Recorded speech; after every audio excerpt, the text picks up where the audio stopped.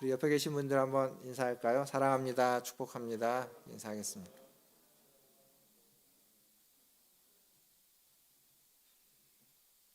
우리가 고난주간 두 번째 날이죠. 말씀을 보면서 영국의 한 여자 선교사님이 선교를 갔습니다. 근데 어디를 갔냐면 남양군도라고 하는 데를 갔는데, 거기가 어디냐면 이 필리핀 옆쪽에 굉장히 많은 섬들이 있습니다. 뭐 괌도 비롯해서 그런 섬들이 많이 모여 있는 그 지역을 남양군도라고 하는데, 그 중에 한 섬에 선교를 갔습니다.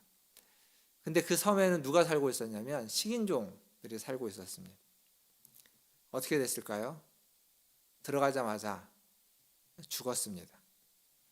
그 소식을 그 여선교사님의 여동생이 듣게 됩니다. 그 여동생이 그 소식을 듣고 다시 그 언니가 갔던 그 섬을 찾아갑니다. 어떻게 됐을까요? 그 식인종이 그 여동생 선교사를 죽이기 위해서, 잡기 위해서 왔다가 화들짝 놀랍니다. 왜냐하면 얼마 전에 자기네가 잡았던 그 사람하고 너무 닮았거든요. 이 자매는 쌍둥이였던 겁니다. 그래서 이 식인종들이 잡아서 죽이려고 하다가 죽이지 못하고 살아 돌아온 줄 알고, 자기네가 죽였던 그 여자가 살아 돌아온 줄 알고 그 사람을 신으로 섬기려고 합니다. 이 동생 선교사는 자기는 신이 아니다고 하면서 이렇게 이런저런 이야기를 하면서 복음을 전하게 되고, 결국 그들은 복음을 듣게 되었다라는 이야기가 있습니다. 이런 이야기는 사실 선교사 훈련을 하거나 혹은 선교사로 사람들을 동원할 때 많이 듣게 되는 이런 종류 이야기는 다양한 이야기들이 많이 있습니다. 그런 사건들이 많이 있는 거죠. 많이 듣게 되는 이야기입니다. 근데 여기에서 왜 선교사를 동원할 때 혹은 선교사들을 훈련할 때 이런 종류의 이야기를 많이 전하게 되는 걸까요? 이런 종류의 간증과 이런 종류의 사건들을 왜 많이 이야기하게 될까요? 그것은 희생이 없이는 아무런 역사가 일어나지 않는다라는 걸 말하기 위한 것입니다. 선교사로 살아간다는 건 하나님의 역사를 기대하고 하나님의 은혜를 기대하는 일인데, 그 일에는 반드시 희생이 따른다라는 것을 말해주기 위함입니다. 이건 단순히 선교사로서 살아가는 삶만이 아닙니다. 우리가 살아가는 삶에서도 마찬가지입니다. 모든 삶은, 많은 일들은 희생이 있을 때 그 일이 일어나게 되고 열매가 맺어지게 되고 또 역사가 일어나게 되는 겁니다. 우리의 삶에서 일어나는 많은 일들이 그러합니다. 그래서 이건 단순히 선교사들만의 이야기가 아니라 우리가 살아가고 있는 우리의 삶, 우리들의 이야기가 되기도 하는 겁니다. 오늘 우리가 읽었던 말씀에 보면 십자가에 달려 있는 두 명의 행악자, 두 강도가 등장합니다. 근데 강도인데, 성경은 분명히 강도라고 이야기하는데, 이 강도인데 이들이 십자가에 달렸다는 건 이들이 그냥 보통 강도는 아니라는 겁니다. 그냥 절도를 한 정도의 강도가 아니라 뭐 지금으로 이야기하자면 특수 강도 같은 아주 강도지만 질이 나쁘고 아주 큰, 누가 봐도 아주 큰 죄악을 범한 그러한 강도라는 것을 알 수 있습니다. 그래서 십자가형을 받는 겁니다. 그런데 그 십자가형을 받는 이 죽음의 자리에서 한 강도는 변화를 받게 되죠. 그래서 죽음을 받지만 거기에서 그는 영광을 얻게 되고 안식과 쉼을 얻게 되기도 합니다. 이 강도 이야기는 누가복음에만 쓰여져 있는 게 아닙니다. 마태복음 27장에도 이 강도의 이야기가 나오는데, 거기는 누가복음과 조금 다르게 나옵니다. 마태복음 27장 39절에 보면 지나가는 자들은 자기 머리를 흔들며 예수를 모욕하였다라고 되어 있습니다. 그리고 41절에 가보면 그와 같이 대제사장들도 서기관들과 장로들과 함께 희롱하였다라고 기록되어 있습니다. 그리고 44절에 가보면 함께 십자가에 못 박힌 강도들도 이와 같이 욕하더라. 그러니까 이 두 강도도 앞에서 모욕하고 희롱했던 사람들과 지도자들과 똑같이 못 박힌 예수를 희롱하고 욕하였다라고 마태복음은 기록하고 있습니다. 이게 강도의 처음 모습인데 시간이 지나면서 바뀐 겁니다. 누가복음에 기록되어 있는, 우리가 방금 전에 읽었던 이 누가복음에 기록되어 있는 강도의 모습은 이 처음 강도의 모습이 아니라 변화가 된 무엇인가 바뀌어져 있는 모습입니다. 우리가 읽었던 본문을 다시 한번 보면 23장 39절부터 다시 한번 보면 달린 행악자 중 하나는 비방하여 이르되 내가 그리스도가 아니냐 너와 우리를 구원하라 하되, 한 사람은 비방했습니다. 근데 그때 다른 하나가 이야기합니다. 하나는 그 사람을 꾸짖어 이르되 내가 동일한 정죄를 받고서도 하나님을 두려워하지 아니하느냐. 우리는 우리가 행한 일에 상당한 보응을 받는 것이니 이에 당연하거니와 이 사람이 행한 것은 옳지 않은 것이 없느니라 하고, 이 다른 한 강도는 예수님을 비방했던 그를 꾸짖어 이야기하고 있습니다. 도대체 무슨 일이 있었길래, 그 짧은 시간 동안 어떤 일이 있었길래 이 한 강도는 다른 강도를 꾸짖고 있는 걸까요? 어디에서 우리는 그러한 힌트와 깨달음을 얻을 수 있을까요? 성경이 이 말씀을 봐도 별로 이야기해 주는 게 없습니다. 그냥 갑자기 마태복음은 분명히 비방했다, 같이 욕하였다라고 이야기하고 있는데 누가복음에서는 다른 강도가 비방하자 다른 강도가, 한 강도가 그를 꾸짖고 있습니다. 무슨 일이 일어났던 걸까요? 성경이 그거에 대해서 자세하게 설명하고 있지는 않지만 우리가 유추할 수 있는 부분이 있습니다. 그건 여러분 어제 제가 어제 설교 마지막에 등장시켰던 인물이 하나 있죠. 사도행전 7장에 스데반. 사도행전 7장에 나오는 스데반이 돌에 맞아 죽으면서 했던 얘기가 있습니다. 주여 이 죄를 그들에게 돌리지 마옵소서. 근데 그 얘기가 어제 예수님이 했던 아버지여 저들을 사하여 주옵소서 라고 하는 말과 똑같은 의미고 똑같은 태도고 똑같은 자세라고 말씀드렸습니다. 그렇게 놓고 보면 스데반, 사도행전 7장의 스데반을 이야기할 때 연관시켜서 등장하는 인물이 하나 있습니다. 그게 누구냐면 사울입니다. 사도 바울. 그러니까 스데반의 그 죽음의 현장에 있었고 그 죽음의 현장이 사도 바울에게는 굉장한 임팩트 있는 사건으로 다가왔고 그의 마음에 그게 있다가 그러다가 그는 주님을 만나서 사울에서 바울로, 사도 바울로 변화됐다라고 말하고 있습니다. 그 사건을 우리가 염두에 둬보면 지금 이 행악자에게 일어났던 일을 우리가 유추할 수 있습니다. 스데반의 이야기를 들었던 사도 바울처럼 이 행악자는 지금 예수님이 했던 아버지여 저들을 사하여 주옵소서. 저들은 자기들이 하는 일을 알지 못합니다. 라고 하는 그 이야기를 옆에서 들은 겁니다. 그리고 그 예수님의 그 말씀이 그의 마음에 와서 부딪혔던 겁니다. 그의 심경에 변화를 일으켰던 겁니다. 이런 말이 있죠. 은혜 받을 사람은 따로 있다. 이런 말이 있습니다. 그건 뭐냐면 똑같은 일을 경험하는데 똑같은 말씀을 들었고 똑같은 기도를 했는데 어떤 사람은 은혜를 받고 어떤 사람은 은혜를 받지 못하는 겁니다. 똑같은 이 자리에 있지만 똑같은 주일 예배를 드렸지만 어떤 사람은 그 예배가 엄청나게 큰 은혜로 다가오고 어떤 사람은 그냥 지난주와 다음 주와 똑같은 왔다 갔다 하는 예배에 지나지 않는 겁니다. 지금 이 행악자가 마찬가지입니다. 지금 예수님의 그 말씀을 똑같이 들었습니다.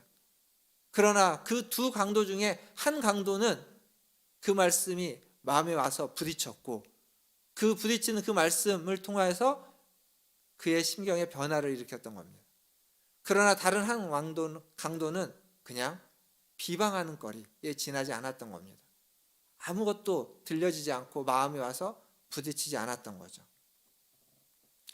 사랑하는 성도 여러분, 예수님의 십자가는 예수님이 하신 수많은 사역들 중에 최고의 사역이고 최고의 행위이고 최고의 사랑의 모습입니다. 그리고 최고의 희생입니다. 그 순간에 그 말씀을 들었던 그 모습을 보고 깨달았던 한 강도는 변화를 받았지만 그렇지 않은 강도는 변화를 받지 못했습니다. 지금 우리는 그 주님의 십자가 앞에, 그 주님의 십자가를 바라보면서 이 고난주간 둘째 날을 맞이하고 있습니다. 우리 또한 마찬가지입니다. 주님이 이 강도들에게 하신 말씀이 아니라 오늘 우리에게 하신 말씀이기도 한 것입니다. 이 최고의 사랑, 이 최고의 희생이 우리에게 은혜가 되고 우리에게 축복이 되어야만 합니다. 여기 계신 저와 여러분, 우리 모두가 그렇게 은혜 받은 사람은 따로 있다라고 할 때 그 따로 있는 은혜 받는 하나님의 자녀들 다 되시기를 주님의 이름으로 축원드립니다. 이제 본문 42절을 한번 다시 보겠습니다. 오늘 우리가 읽었던 본문 42절입니다. 같이 읽겠습니다. 시작. 이르되 예수여.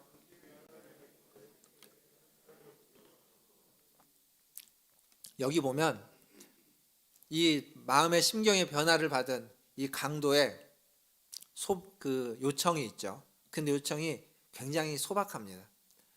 무슨 상을 달라는 것도 아니고 자신을 구원해 달라는 것도 아닙니다. 그냥 기억해 주십시오, 이겁니다. 나를 좀 기억해 주십시오, 이렇게 기도하고 있는 겁니다. 앞에서 말씀드렸죠. 강도가 십자가에 달린다는 건 아주 흉악한 자, 아주 질이 나쁜 죄인이다라는 이야기입니다. 그러한 중죄인 흉악범이기 때문에 사회에서는 그를 제거해 버리는 거죠. 그래서 그러한 그를 잊어버리는 겁니다. 그러한 사람은 없다라고 생각하는 그러한 일을 사회는 원할 겁니다. 결국 이 강도는 세상 모든 사람들에게 잊혀져야만 하는 존재입니다. 십자가에 달려 죽임으로써 그를 잊혀지는 겁니다. 근데 세상 모든 사람에게 다 잊혀지는 그 순간에 이 강도는 예수님에게, 다른 모든 사람은 자기를 다 잊어버리고 다 버려도 예수님, 당신은 나를 좀 기억해 주십시오 라고 소박하게 기도하고 있는 겁니다. 사실 지금 예수님은 많은 사람들에게, 그 앞에 있는 사람들에게, 이 강도는 다 봤을 겁니다. 그가 얼마나 조롱을 받고 있는지, 그가 얼마나 무시를 당하고 있는지, 심지어는 자기도 얼마 전까지 그렇게 조롱하고 무시했기 때문에 지금 예수님이 그렇게 어떤 능력이 있거나 뭔가 사람들에게 보여지는 메시아로서, 능력자로서 그러한 모습이 전혀 찾아볼 수 없는 십자가에 달린 하나의 죄수의 모습, 죄인의 모습에 지나지 않는 순간입니다. 제자들조차 아무도 그 예수님을 따라와서 변호하지 않고 있는 그 순간입니다. 자기 목숨을 부지하기 위해서 다 떠나버렸던 그 순간입니다. 그런데 엉뚱하게도 제자들은 다 떠나버리고 따라왔던 수많은 사람들은, 그 군중들은, 얼마 전까지 예수를 환호했던 그들은 예수를 못 박으라고 외치고 있는 그 순간에 엉뚱하게도 그 옆에 그 흉악한 자였던, 그 죄인이었던 한 강도는 십자가에 달려있는 예수를 보면서 메시아의 모습을 바라보게 되는 겁니다. 그 예수를 보면서 하나님의 아들의 모습을 그는 보고 있는 겁니다. 그래서 나를 당신의 나라에 당신이 들어갈 때 기억해 주십시오 라고 요청하고 있습니다. 이 강도의 부탁에 예수님은 바로 답변을 하죠. 그게 바로 십자가상에서 얘기했던 두 번째 말씀입니다. 43절, 예수께서 이르시되 내가 진실로 내게 이르노니 오늘 내가 나와 함께 낙원에 있으리라. 이렇게 예수님이 이야기했습니다. 사랑하는 성도 여러분, 예수님과 함께 천국에 가장 먼저 들어간 사람은 누군가요? 제자들입니까? 아니면 예수님을 따라왔던 신실한 여인들입니까? 예수님의 모친인가요? 잘 보십시오. 예수님과 함께 가장 먼저 천국에 들어간 사람은 이 강도입니다. 흉악한 강도, 이 행악자, 이 강도가 예수님과 함께 가장 먼저 천국에 들어간 사람입니다. 모든 강도가 그렇다는 건 아닙니다. 그 두 강도가 있었지만 그 중에 한 강도는 그러지 못했고 다른 한 강도만이 그렇게 예수님과 함께 들어갔습니다. 찰스 스펄전이라는 목사님은 이 강도에 대해서 이렇게 이야기했습니다. 지상에서 예수님의 마지막 동역자, 마지막 동반자가 이 강도였고, 그리고 천국에 함께 들어간 최초의 동반자도 이 강도였다라고 이야기합니다. 생각해 보십시오. 지상에서, 이 세상에서 마지막으로 예수님과 동행했던 사람, 그 사람이 이 강도였고, 그리고 최초로 천국에 들어갈 때 동행했던 동반자가 이 강도다라고 이 스펄전 목사님은 이야기하고 있습니다. 이 강도는 한 게 아무것도 없습니다. 선행을 베풀었던 것도 아니고, 그가 무슨 신앙 고백을 그럴싸하게 했던 것도 아니고, 세례를 받지도 않았고 성찬에 참여하지도 않았습니다. 오직 그는 십자가에 달려있는 게 전부입니다. 자신의 죄가로, 자기가 행했던 그 흉악한 죄로 말미암아 십자가에 그는 달려있는 게 전부였습니다. 그리고 그곳에서 그냥 아주 소박하게 나를 기억해 주십시오 라고 요청한 것이 전부였습니다. 그런데 예수님은 그의 요청에 내가 나와 함께 낙원에 있으리라. 예수님이 이 땅에 온 이유가 뭡니까? 인자가 온 것은 잃어버린 자를 찾아 구원하러 왔다라고 복음서는 여러 번 이야기하고 있습니다. 예수님이 여러 번 이야기했습니다. 이 땅에 오신 이유가 잃어버린 자를 찾아서 구원하기 위함이다.